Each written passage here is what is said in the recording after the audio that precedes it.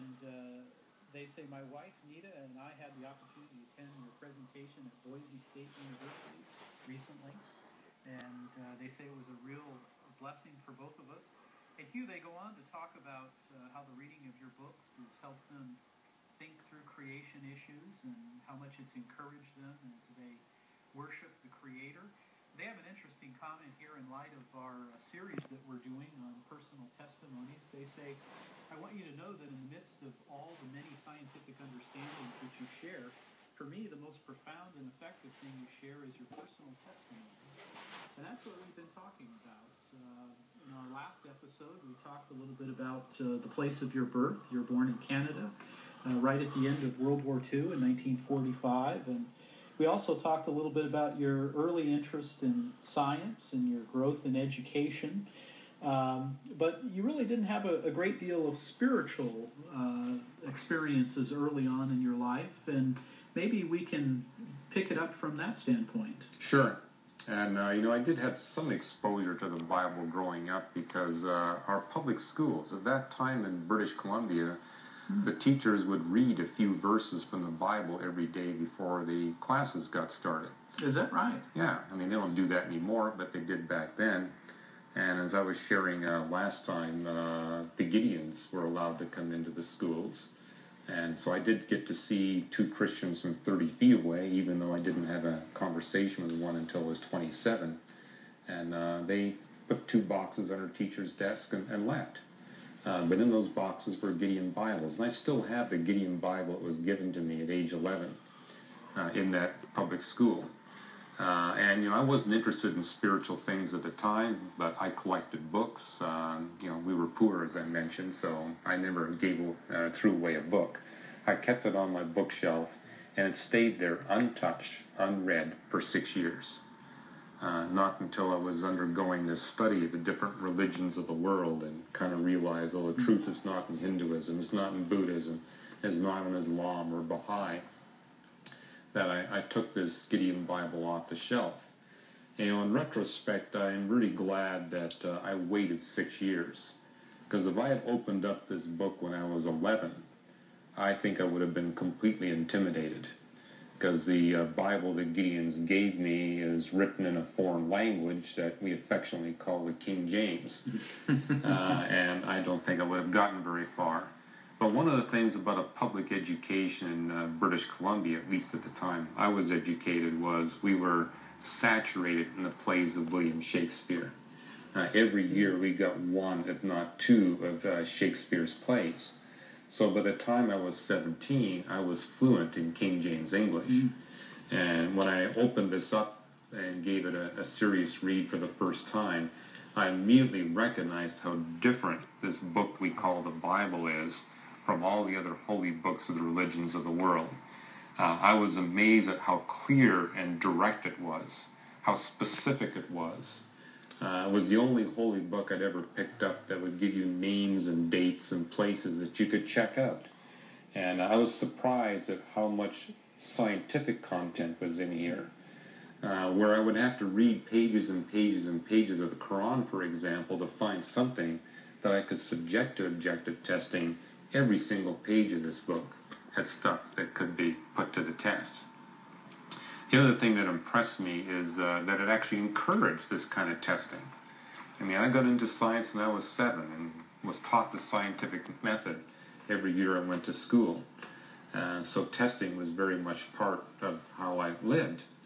But I was really surprised, pleasantly surprised, when I found verses in this book that encouraged that kind of testing. Paul, for example, in 1 Thessalonians says everything is to be tested. Hold fast to that which is good. And so when I read those passages, I was really encouraged, saying, wow, this is exactly how I think you need to pursue these things. And I began a study. I decided, what the Gideons gave me here is the New Testament, Psalms, and Proverbs. This is worth a more serious study. So I got a complete Bible and began to go through it, literally verse by verse, from Genesis 1 to Revelation 22. And I kept a notebook. And by the way, I was doing all this in secret. Canada being a much less religious nation than the United States, I felt there'd be a lot of ridicule if people found out what I was doing. So I was doing all this stuff in secret. And but I would spend an hour, sometimes 2 and even 3 hours a day going through the Bible carefully, checking out everything that I could. And I thought this might take me 6 weeks. It wound up taking 18 months. It took me 18 months to get through the Bible. But I remember keeping a notebook where I would just simply record things that could be tested. And then I would go to the library and check it out. You know, pick up some textbooks on science or textbooks on history, because the Bible is filled with history. And so I would check that out. I even checked out parts where it predicted events in the future. One of the things that struck me was how much was in this book that pertained to the new nation Israel. Because growing up, I wasn't only interested in science, I was interested in history. Mm-hmm. I remember, because I was like, 3, 4 years of age when the Korean War broke out. And I remember at 6 years of age, I read the newspapers every day to find out all about the Korean War. Wow. I would go to the library and read up on that. So history was something I was well aware of, and I was aware of the history of the new nation Israel. But it really struck me that Ezekiel, for example, and the psalmist says so much about this new nation Israel. So I remember going to the library and again digging up old microfilms of newspapers and checking all this stuff out.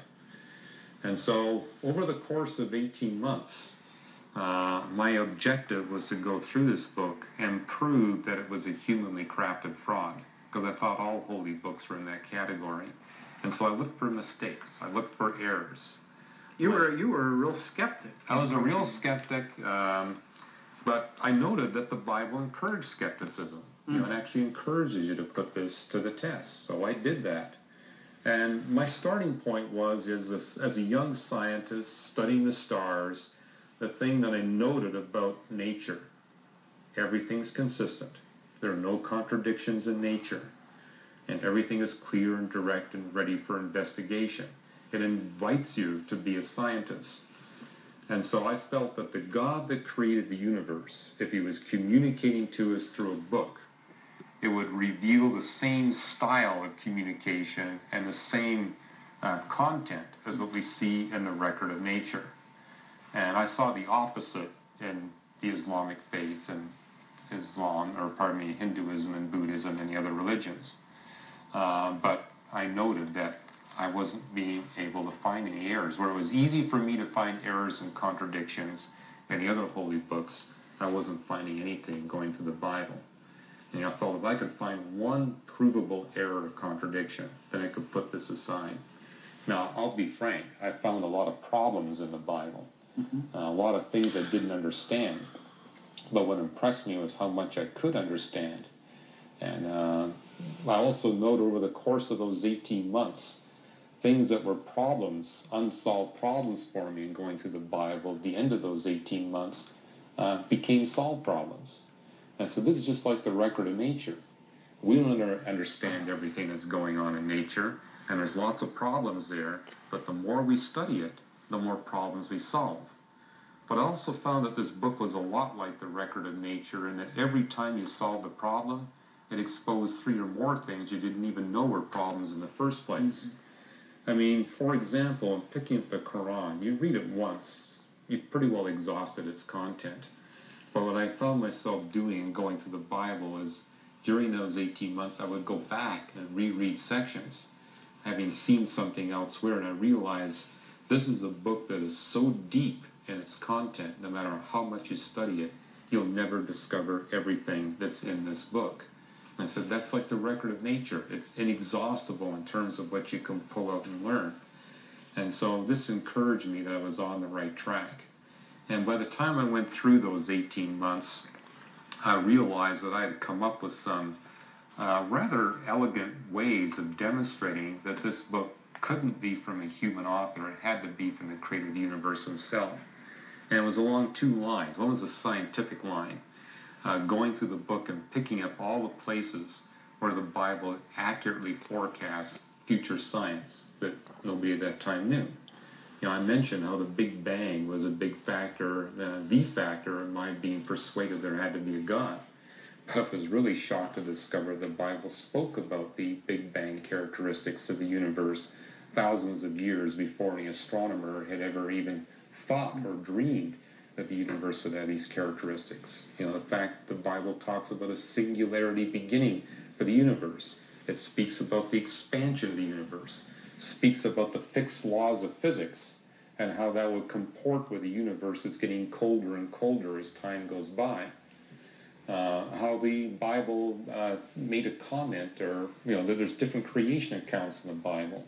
I remember looking at Genesis chapter 1 and being utterly amazed that it followed the scientific method.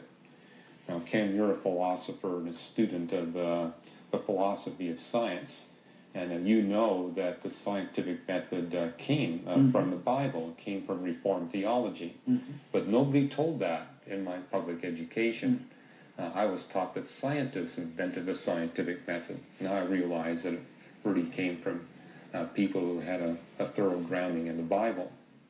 So this journey and this process, which is very analytical, I mean, you went through kind of a process of elimination of these religious texts and these cosmologies, but it comes out that you were not willing to accept something that wouldn't be satisfying to your mind and to what you could in some sense relate to reality and truth. So this really was both a spiritual and an intellectual process. It was, and I've been emphasizing the intellectual, but you know, when I first began to read the Bible seriously at age 17, it wasn't just the fact that the science in the Bible was proving to be amazingly accurate and ahead of its time, and likewise the history, and were predicted future historical events. I was also impressed by its moral message. You know, because every holy book teaches a morality, but I immediately recognized that the morality presented in here was much superior to what you found in either holy book, and it was a morality that was beyond us. I could see that there was something superhuman about the moral message of this book. And I remember at the time saying, wow, this morality is really attractive to me. And as I mentioned, my parents stressed moral upbringing. And so I remember at age 17 making a commitment saying, I'm going to do everything I can to live up to these moral standards. These are really, you know, excellent moral standards. But during those 18 months, I got incredibly frustrated because it's like the more effort I put into living up to this moral standard, the more it became apparent to me that I was falling short.